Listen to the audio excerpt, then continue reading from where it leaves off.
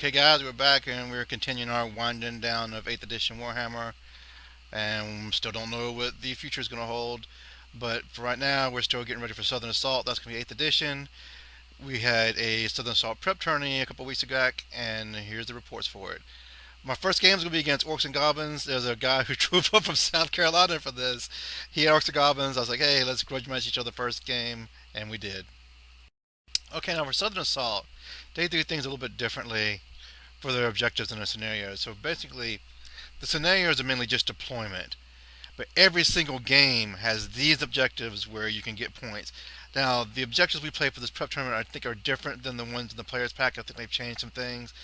But basically, you'll get an extra point for killing an enemy general, an extra point if you break your opponent from their fortitude, extra point if you have more table quarters, extra point if you get a unit with fortitude into the enemy deployment zone, and an extra point if you keep them out of your deployment zone. I think this is all correct. Okay, with that in mind, we'll look at my list. Also want to point out that for Southern Assault, we're using Swedish comp, and it's banded, so you have to be between 14 and 18. So you cannot really in any way get a hard list or even a medium hard list through when you have to be a 14. It's very, very tough. I mean, even with Orcs and Goblins who aren't considered a strong army, it's very you cannot take a lot of your good stuff. I mean, just to get biggins in this list, I had to make lots of concessions. No level 4, no Doom Divers, no, you can't even get Troll Horde. I mean, that Troll Horde is minus 115, so you're already, I think, at like an 18.5 with nothing else in your army. Alright, so to do this, I took things like regular Savages, regular Goblins, Spirit Chuckers, a Giant. So I have lots of things that you would normally not see. It's kind of really fun because I like doing different types of comp. I would never want to do one type all the time, and I wouldn't always want to play with comp. But doing sometimes different things it can be fun. Okay, now let's look at how I get to my comp. My comp is gonna be a 15 for this game. I'm just gonna show you what the minuses are for everything I'm taking that has a comp hit to it. Just to give you a basic understanding for somebody who's never seen Swedish comp, what I'm really talking about, and how you come up with your composition score. So, with all this in mind, I come up with a 15. Now, also for Southern Assault, the way your comp's going to work is at the end of a game, you compare your composition score to your opponent's, and whoever has the better score gets a bonus victory points. So, for instance, I have 15. If I play somebody who has a 16, at the end of the game, they'll get 100 extra victory points for the composition different. If I play a 14, I'll get 100 points. And it goes to the 10th. So if I play like a 14.9, I'll get 10 extra points. If I play a 15.1, they'll get 10 extra points. So this is a little bit confusing, but it's kind of neat. And now we'll look at my opponent's list. He didn't actually. We weren't required to give each other. It was an open list, but we weren't required to give copies of our list to everybody. So I don't actually have a copy of his list. I can't remember exactly what he had. He is going to wind up with a 14.4 or 14.6, something like that. So he's actually less than me, and I was having a hard time figuring out exactly why he was less than me.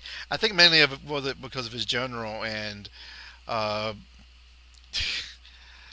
I think I see like he had the 100-point magic banner, and that's not a comp hit, but I think that would just take up a lot of his points. So basically, somehow he winds up with a lower comp score to me. So I think I got either 40 or 60 points bonus at the end of the game. But he has an interesting list because he doesn't have any Savage Biggins. He has regular Biggins. He has the Black Orc General on a Wyvern. He has two fairly big units of Night Goblins. I think mainly it was the two Doom Divers, really, and the Fanatics that would give him the big comp hits. And so we'll start off here, and we're going to look at his deployment. If I remember correctly, we're doing True Line of Sight.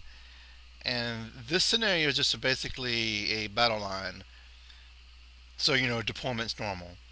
He's sort of castled up here in the corner. I'm not really sure.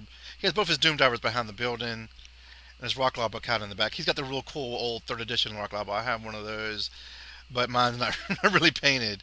But I really like it. I think it's really cool. And we'll look at my deployment. The terrain piece in the middle is impassable, so that kind of splits the board. I think that might be why he was stacked up on one corner.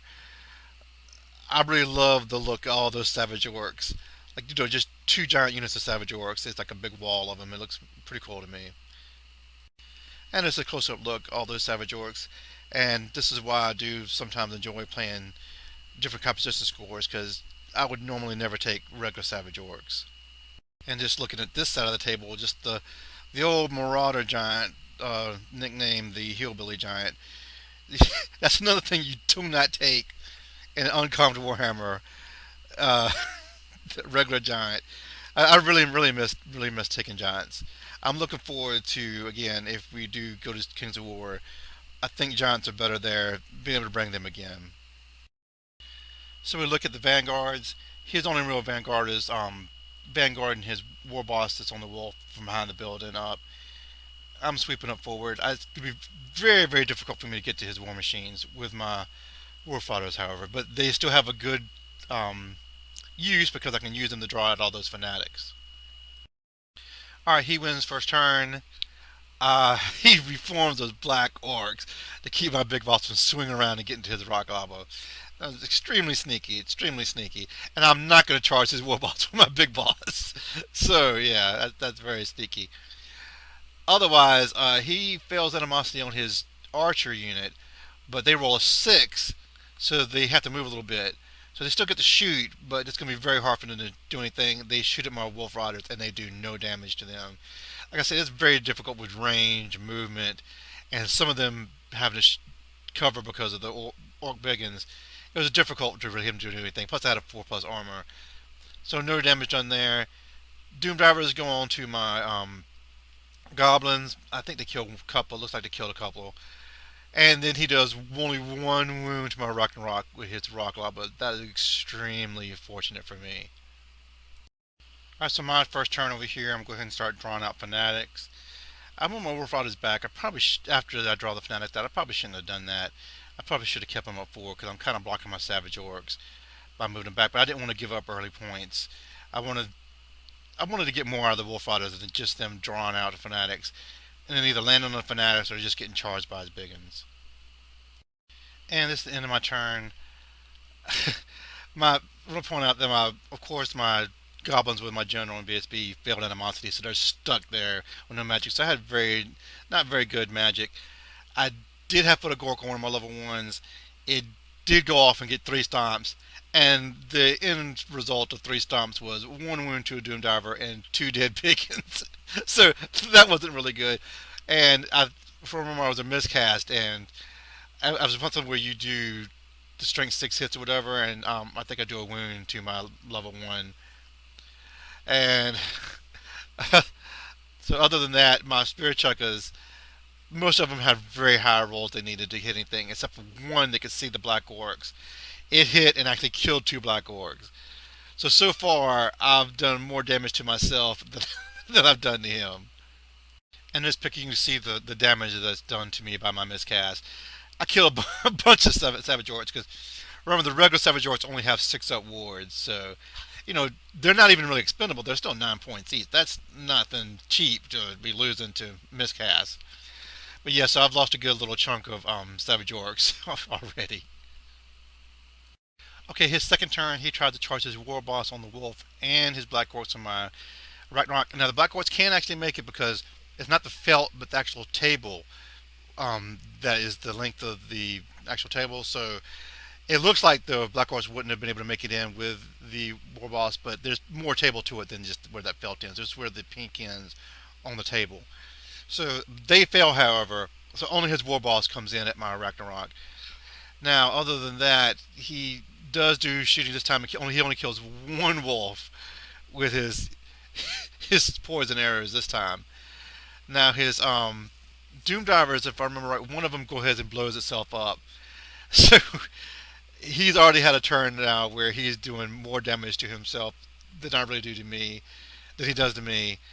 And I want to say the big ones fell animosity. I think somebody fell animosity in here somewhere. It might have been the regular Night Goblins. But anyway, somebody fell animosity on his side. And his fanatics they don't really do nothing. They just move up towards my lines. So as we come to the only turn, the only combat, he does nothing to me, but with all my attacks, I can only do one wound to him. So the War Boss to Ragnarok fight is going to be a complete draw. And it's really funny looking at this picture. You can't even see the War Boss. That's how much he's being dwarfed by the Ragnarok. But I really wanted to beat it so that on my turn I could charge the Black Orcs. So now, he can't really charge the Black Orcs because he can't get by now, his War Boss. But I I should be able to hopefully kill his War Boss, and then I won't be able to charge. He'll still be able to charge me on his turn. So it's very unfortunate I couldn't kill, or at least make his War Boss panic and flee during his turn. Now my turn two. I go ahead and draw out the rest of its fanatics with my other unit of Wolf Riders, which are in front of the impassable terrain. You can barely see them. I'm moving forward, trying to get in good charge range, and you'll also notice at least my bunker finally passed Animosity. It's lost a few more guys there. His Doom Divers and stuff were shooting at that as well.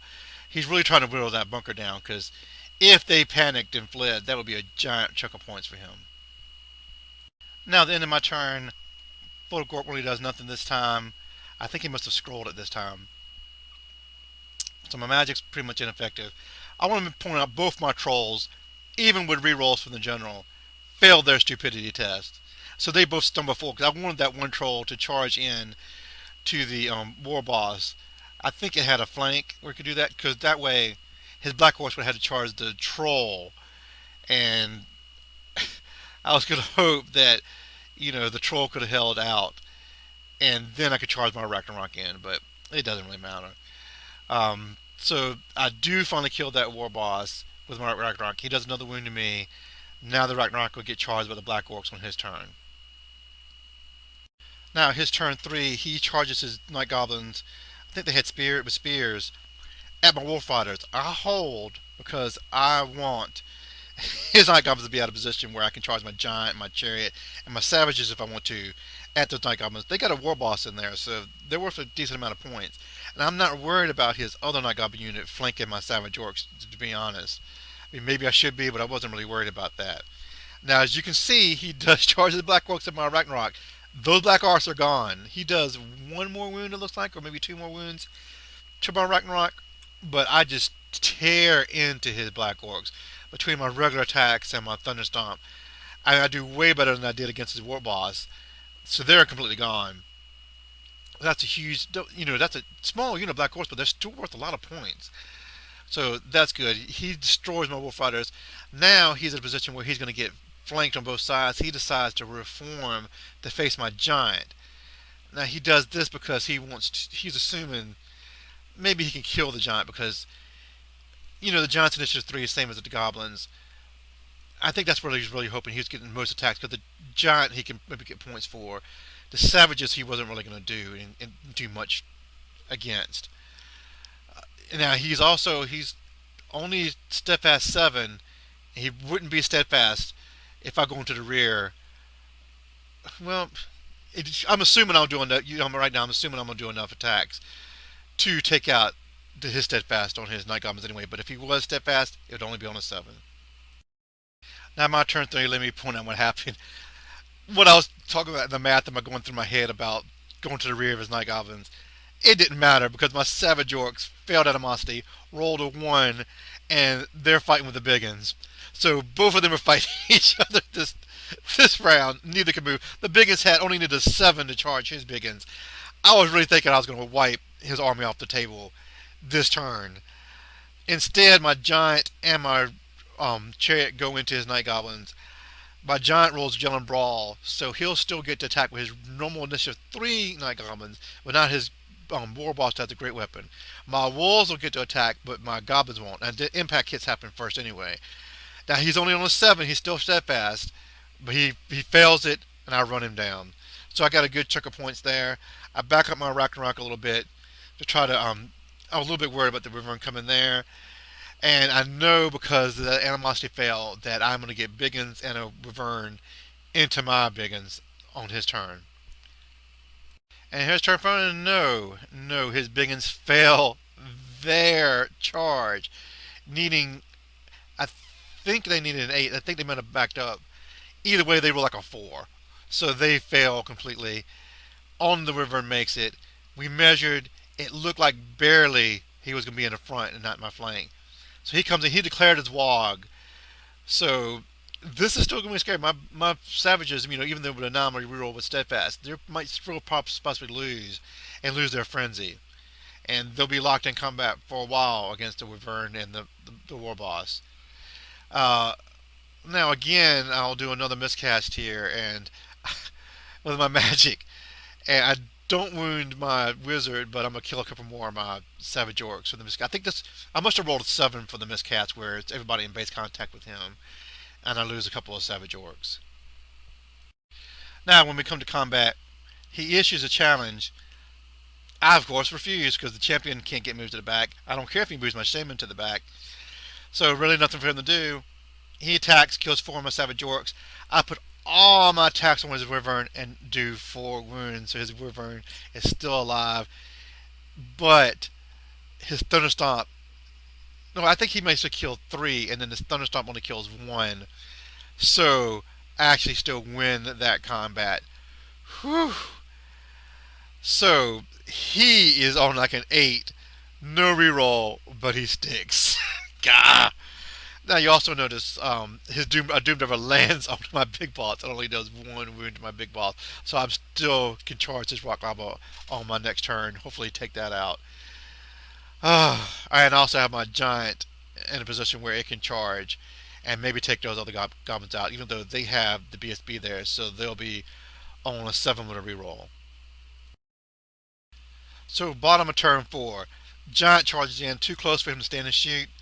You can see the result of that. He has done, looks like 2 more wounds to me. I beat him. I yell and brawl again, but it's a 7 to reroll and he sticks. Oh.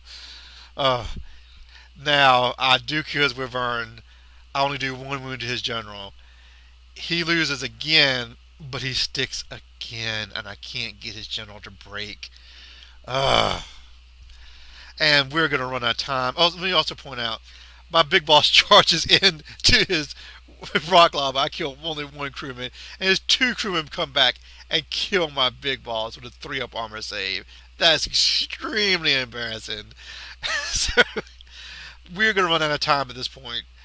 Uh, yeah, so we have to add it up now. Just kind of disappointing. I wish we could have played another turn, but we just pretty much run out of time. He hadn't played Orcs and Goblins since I think 7th edition, so we had to go through a lot trying to get all the rules and things straight. And I hadn't played Giants in forever, so I had to keep looking up their rules and see what they needed to do. And the animosity fails when I had 2 animosity fails with 2 hordes. They had to fight each other. That took a little bit of time too. So anyway, it was a real fun game, and now we have to add up the results. So when I add this up, I'm going to win it 16-8.